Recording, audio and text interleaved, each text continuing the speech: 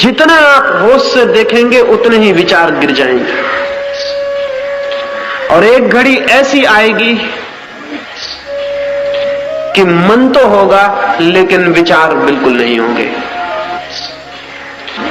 और जिस दिन ऐसी स्थिति आ जाती है विचार शून्य मन की, उसी दिन हम मन से भी ऊपर उठ जाते हैं। शरीर के जागरण से शरीर के ऊपर उठता है व्यक्ति, मन के प्रति जागरण से मन से ऊपर उठ जाता है, और तब वहां प्रवेश होता है जो आत्मा है। शरीर और मन से मुक्त हुए बिना कोई अंदर प्रवेश नहीं पा सकता। लेकिन शरीर और मन से मुक्त होने के लिए न तो शरीर को कष्ट देने की जरूरत है, न भूखा मारने की जरूरत है, न धूप में खड़ा करके तपस्या करने की जरूरत है।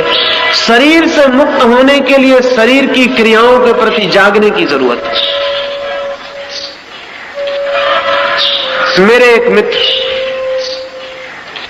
सीढ़ियों से गिर पड़े और बहुत चोट खा गए। पैर में बहुत असह दर्द, कोई 70 साल की उम्र है। मैं उन्हें देखने गया। डॉक्टरों ने कहा कि 3 महीने तक बिस्तर से हिलना भी नहीं। और वो मित्र बहुत सक्रिय आदमी है। इस 70 साल की उम्र में भी भाग दौड़, चलना फिरना, काम, एक क्षण खाली, एक क्षण व्यर्थ बैठना मुश्किल है, आराम करना कठिन है। 3 महीने उन्हें एक ही सीधा पड़े रहना पड़ेगा। मैं उन्हें देखने गया, वो रोने लगे और कहने लगे इससे तो अच्छा था कि मैं मर जाता। 3 महीने में कैसे पड़ा रहूंगा? 3 महीने बर्दाश्त करना मुश्किल है। अभी 3 ही दिन बीते हैं और मैं घबरा गया। और डॉक्टर कहते हैं 3 महीने हिलना भी नहीं, करवट भी नहीं लेनी, सीधे ही पड़े रहे तो ही पैर ठीक हो सकेंगे। और पैर में बहुत तकलीफ है, उसे सहना मुश्किल है। अगर मैं काम में लग जाऊं तो शायद तकलीफ भूल भी जाए, लेकिन कोई काम नहीं तो वो तकलीफ ही तकलीफ, तकलीफ ही तकलीफ मालूम हो रही। मैंने उनसे कहा एक छोटा सा प्रयोग करें, तकलीफ के प्रति जागने का प्रयोग करें। आंख बंद कर ले, मैं आपके पास बैठा हूं, और तकलीफ को देखें कि कहां है, पिन पॉइंट करें कि कहां है। अभी आप कहते हैं पूरे पैर पे तकलीफ है, पूरे पैर पे नहीं हो सकती, कोई खास केंद्र होगा जहां सर्वाधिक होगी, तो सरकें, धीरे धीरे केंद्र पर आए, आंख बंद करके देखें कि ठीक वो केंद्र कहां है जहां तकलीफ है, उस केंद्र पर पहुंचे। उन्होंने आंख बंद कर ली और मैंने कहा खोजें खोजें खोजें। वो आंख बंद करके खोज करने लगे और उस जगह उनका चित्त पहुंच गया जहां तकलीफ थी। और 15 मिनट बीते, 20 मिनट बीते, मैंने उनसे 15 मिनट के लिए कहा था, 35 मिनट बीते, 45 मिनट बीते, और मैं उनका बाहर बैठा चेहरा देख रहा हूं। उनका चेहरा शांत होता जा रहा है, जैसे तकलीफ विलीन हो गई। कोई 65 मिनट पर उन्होंने आंख खोली और कहा ये तो बड़ी हैरानी की बात हो। जैसे जैसे मैंने गौर से देखा तो पता चला पूरे पैर पे तकलीफ भ्रम थी, पूरे पैर पे तकलीफ नहीं थी, वो सिर्फ ख्याल था। तकलीफ बहुत छोटी जगह थी, एक पॉइंट पर थी। धीरे धीरे मैं उस पॉइंट पे पहुंच गया, और जब मैं ठीक उस पॉइंट पे पहुंचा जहां तकलीफ थी, दर्द था, तो मैं एकदम हैरान रह गया। मुझे दिखाई पड़ा दर्द वहां है और मैं यहां हूं, और दर्द और मेरे बीच लंबा फासला है। मैं दर्द नहीं हूं। कभी किसी दर्द के प्रति जाग कर देखें और आपको पता चलेगा आप दर्द नहीं। मैंने उनसे कहा ये 3 महीने भगवान का आशीर्वाद समझे, ये मौका कभी नहीं मिलेगा। 3 महीने दर्द के प्रति जागे। कोई 3 महीने बाद मैं उनसे मिलने गया, वो आदमी दूसरे हो गए थे। उन्होंने मुझसे कहा कि सच में ही भगवान की कृपा है, अन्यथा मैं ऐसे ही मर जाता। मैं दर्द के प्रति ही जागने की कोशिश में धीरे धीरे शरीर के प्रति जाग गया हूं कि दर्द शरीर में था, दर्द के प्रति जागा, शरीर के प्रति जागा, और मुझे अद्भुत अनुभव हुए इन 3 महीनों में। वो आपसे कहना चाहता हूं। मैंने कहा क्या हुआ? उन्होंने कहा पहला तो मुझे यह अनुभव हुआ कि मैं शरीर नहीं, और 3 महीने में ये प्रतीति इतनी गहरी और स्पष्ट हो गई कि मैं शरीर नहीं हूं कि अब मुझे मृत्यु का भी कोई भय नहीं है, क्योंकि मैं जानता हूं शरीर ही मरेगा, मैं नहीं मर सकता। लेकिन शरीर और हमारे बीच फासला नहीं है, डिस्टेंस नहीं है। हम कभी जागे ही नहीं। ध्यान रहे, जिस चीज के प्रति आप जागेंगे उसी से फासला हो जाएगा। जाग ही आप उस चीज के प्रति सकते हैं जो आप नहीं है, क्योंकि आप जागेंगे हमेशा दूसरी चीज के प्रति जागेंगे, शरीर के प्रति जागेंगे और शरीर अलग हो जाएगा। एक फकीर था, मुसलमान फकीर था, शेख फरीद। शेख फरीद के पास कोई गया और पूछने लगा कि मैंने सुना है कि जीसस को सूली दी गई और जीसस सूली पर लटकाए जा रहे थे तो भी हंस रहे थे, ये कैसे हो सकता है कि आदमी का शरीर लटकाया जा रहा हो सूली पर और आदमी हंसता हो? और उस आदमी ने पूछा, मैंने ये भी सुना है कि मंसूर के साथ तो और भी दुर्व्यवहार किया गया, मंसूर के पहले पैर काटे गए, फिर हाथ काटे गए, फिर आंखें फोड़ी गई और मंसूर हंसता रहा। ये नहीं हो सकता, ये कैसे हो सकता है? जिसके पैर कट गए हों, पैर से लहू गिर रहा हो, जिसके हाथ कट गए हों और जिसकी आंखें फोड़ दी गई हो वो हंस रहा हो, ये नहीं हो सकता, ये कभी नहीं हो सकता, ये कैसे हो सकता है? मैं पूछने आया हूं। शेख फरीद हंसने लगा। उसके पास एक नारियल पड़ा था, उसने उठा के उस आदमी को दिया और कहा कि जाओ इस नारियल को फोड़ लाओ, एक बात ख्याल रखना, इसकी खोल टूट जाए लेकिन भीतर की गरी न टूटे। उस आदमी ने कहा ये नहीं हो सकेगा, नारियल कच्चा, खोल और गरी जुड़े हुए, ये नहीं हो सकता, मैं खोल तोड़ूंगा गरी भी टूट जाएगी। फरीद ने दूसरा नारियल उठा के दिया, सूखा नारियल, और कहा इससे हो सकता है, इसकी गरी को बचा के ले आना, खोल तोड़ देना। उस आदमी ने कहा यह हो सकता है। फरीद ने पूछा क्यों? उस आदमी ने कहा गरी और खोल के बीच फासला हो गया, हम खोल को तोड़ देंगे, भीतर की गरी साबित बच सकती, लेकिन कच्चे नारियल में ये नहीं हो सकता। तो फरीद ने कहा कि बस तू समझा कि नहीं समझा, जीसस और मंसूर जैसे लोग सूखे नारियल हैं, उनके शरीर और उनके बीच फासला है। तुम शरीर को चोट पहुंचाओगे, चोट शरीर से भीतर नहीं जाती, वो गरी तक नहीं पहुंचती, वो आत्मा तक नहीं पहुंचती, और हम सब कच्चे नारियल हैं, हमारे ऊपर चोट पहुंचती वो भीतर तक पहुंच जाती, क्योंकि बीच के फासले का हमें कोई भी पता नहीं है। शरीर के प्रति जागरण से स्वयं और शरीर के बीच डिस्टेंस, फासला पैदा होता है, और वो फासला इतना है कि आप हैरान हो जाएंगे।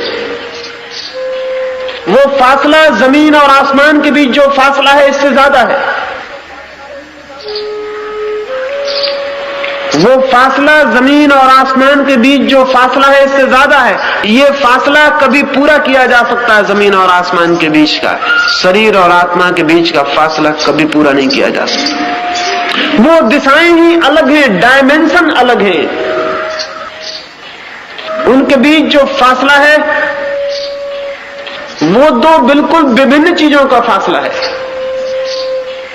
जिनके बीच कभी भी फासला पूरा नहीं किया जा सकता। लेकिन हमें तो लगता है कि मैं शरीर हूं, हमने फासला पूरा कर लिया। नींद में यह फासला पूरा हो गया। जैसे एक आदमी पोरबंदर में सोए और सपना देखे कि पोरबंदर में नहीं है, पेकिंग में है, सपने में फासला पूरा हो गया, उसे नींद में पता भी नहीं चल रहा कि वो पोरबंदर में, वो पेकिंग में समझ रहा है आपने। सुबह नींद खुले और वो जाग के हैरान हो जाए और वो कहे कि मैं पेकिंग से वापस कैसे आया, क्योंकि मैं सपने में पेकिंग में था। मैं लौटा कैसे, मैं गया कैसे? तो हम उससे कहेंगे ना तुम गए ना तुम लौटे, तुम्हें सिर्फ ख्याल पैदा हुआ कि तुम गए और तुम लौटे। तुम सदा यहीं थे, रात भी तुम यहीं थे, तुम पोरबंदर में ही थे, पेकिंग में तुम गए ही नहीं, पेकिंग तुम पहुंचे ही नहीं, लौटे भी तुम नहीं। पेकिंग में होने का सिर्फ ख्याल था, सिर्फ इल्यूजन था। आदमी की आत्मा शरीर तक कभी पहुंची ही नहीं है और न लौटने का सवाल है। सिर्फ ख्याल है कि हम शरीर में हैं, कि मैं शरीर हूं।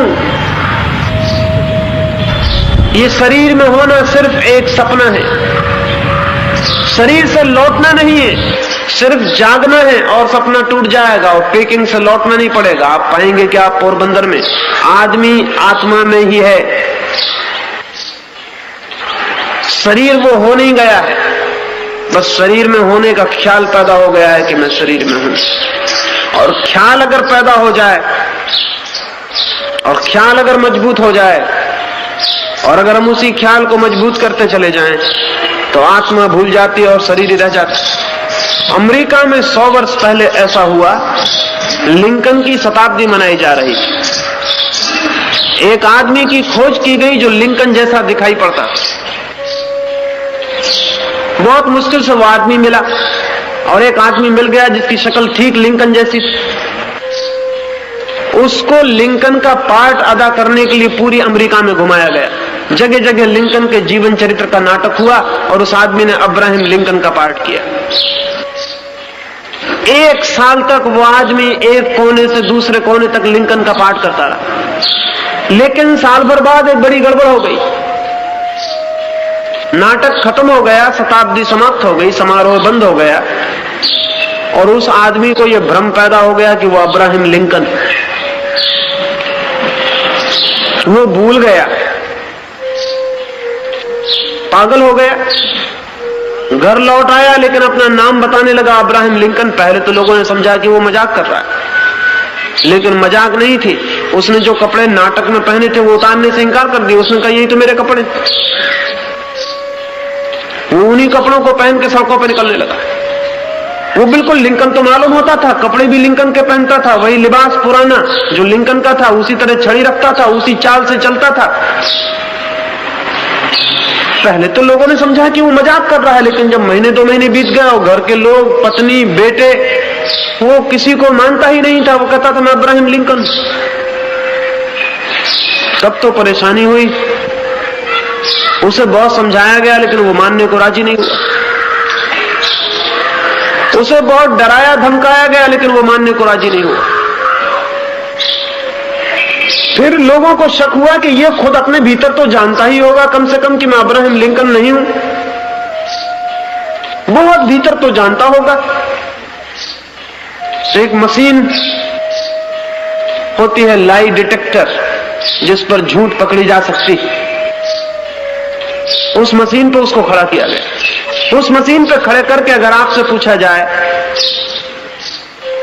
तो जो सत्य है वो आप बोलेंगे तो आपकी हृदय की गति दूसरी रहती, और आप असत्य बोलेंगे तो हृदय की गति में फर्क पड़ जाता है। इसलिए वो मशीन नीचे हृदय की गति आंक लेती है कि फर्क कब पड़ा। जैसे आपसे पूछा कि आप स्त्री हो कि पुरुष, आपने कहा मैं पुरुष, तो झूठ बोलने का कोई कारण नहीं है। मशीन नीचे आपकी गति अंकित करेगी। आपसे पूछा कि इस समय कितना बजा है घड़ी में, आपने कहा 9, तो झूठ बोलने का कोई कारण नहीं, मशीन नीचे अंकित करेगी। आपसे 8-10 ऐसे प्रश्न पूछे जाएंगे जिनमें झूठ बोलने का कोई कारण ही नहीं। फिर आपसे असली सवाल पूछा जाएगा। यही उसके साथ किया गया। 10 सवाल पूछे गए, उसने सबका ठीक जवाब दिया। फिर उससे पूछा गया तुम अब्राहम लिंकन हो? वो घबरा गया था, वो परेशान हो गया था इस बात से। लोग पूछ पूछ के हैरान कर दिए। उसने कहा मैं अब्राहम लिंकन नहीं हूं, लेकिन मशीन ने नीचे से बताया कि यह आदमी झूठ बोल रहा है। वो तो भीतर से जानता था कि मैं अब्राहम लिंकन। मशीन ने बताया कि यह आदमी इस वक्त झूठ बोल रहा है। तब तो बड़ी मुश्किल हो गई। कैसे ये ख्याल इसे पैदा हो गया? ये ख्याल पैदा हो सकता है। हमें लगेगा वो आदमी पागल था, लेकिन जो जानते हैं वो कहेंगे हम सब भी पागल हैं, हमको भी ये ख्याल पैदा हो गया है कि हम शरीर। और ये ख्याल बहुत लोगों को पैदा होते। जब स्टालिन रूस में हुकूमत में था तो इस रूस के कई पगलों को यह ख्याल था कि स्टालिन, जब चर्चिल हुकूमत में था तो कई पगलों को इंग्लैंड में ख्याल था कि वो चर्चिल। नेहरू जब हुकूमत में थे तो हिंदुस्तान में कम से कम 10 आदमी थे जिनको ख्याल था कि वो नेहरू। एक ऐसे आदमी से नेहरू का मिलना भी हो गया। एक पागल खाने में नेहरू गए और उस पागल खाने में एक पागल था जो ठीक हो गया। पागल खाने के अधिकारियों ने उसे रोक रखा था कि कल नेहरू आने वाले, उन्हीं के हाथ से इसको मुक्ति दिलवा देंगे तो ये भी खुश होगा, जलसा भी हो जाए। नेहरू से मिलकर बहुत खुश हुए और उन्होंने कहा मैं बहुत खुश हूं कि तुम ठीक हो गए। तुम बिल्कुल ठीक हो गए हो? उस आदमी ने कहा मैं बिल्कुल ठीक हो गया हूं, लेकिन महाशय मैं भूल गया पूछना आपसे कि आप हैं कौन? तो नेहरू ने कहा मैं, तुम्हें पता नहीं मैं जवाहरलाल नेहरू हूं। वो आदमी खूब हंसने लगा। उसने कहा महाशय आप भी 3 साल यहां रह जाइए तो ठीक हो जाएंगे। 3 साल पहले मुझे भी यही ख्याल था कि मैं जवाहरलाल नेहरू, लेकिन 3 साल में मैं बिल्कुल ठीक हो गया।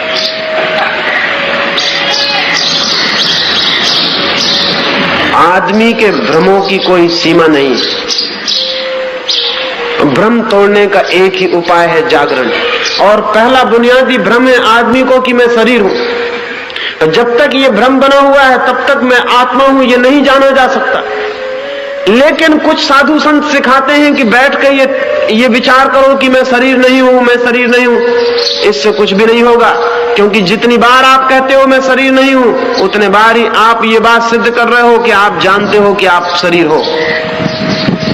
साधु संत सिखाते हैं कि बैठ के ये जप करो कि मैं शरीर नहीं हूं, मैं शरीर नहीं हूं। लेकिन इस जप का मतलब क्या है? इस जप का मतलब यह है कि आप मानते हो कि आप शरीर हो और उस मान्यता को तोड़ने के लिए उल्टी मान्यता पैदा कर रहे हो। अगर एक पुरुष बैठ के एक कोने में कहे कि मैं पुरुष हूं, मैं पुरुष हूं, तो हमें शक होगा कि इस आदमी को दिमाग में गड़बड़ है, क्योंकि अगर ये पुरुष है तो दोहराता क्यों है? अगर आपको पता चल गया है कि आप शरीर नहीं है तो आपको दोहराने की जरूरत नहीं है। दोहराने से पता नहीं चल जाएगा, दोहराने से सिर्फ आप एक नया भ्रम पैदा कर रहे हो। पुराना भ्रम कायम है और नया भ्रम पैदा कर रहे हो। नहीं, दोहराना नहीं है, शरीर के प्रति जागना है। जागने से यह पता चल जाएगा कि मैं शरीर नहीं हूं, इसको दोहराना नहीं पड़ेगा। जैसे एक मैंने कहा कि एक आदमी पोरबंदर में सोया है और सपना देखता है कि मैं पेकिंग में हूं, और वो सपने में कहे कि नहीं मैं पेकिंग में नहीं हूं, नहीं मैं पेकिंग में नहीं हूं, नहीं मैं पेकिंग में नहीं हूं, तो भी कोई फर्क नहीं पड़ता,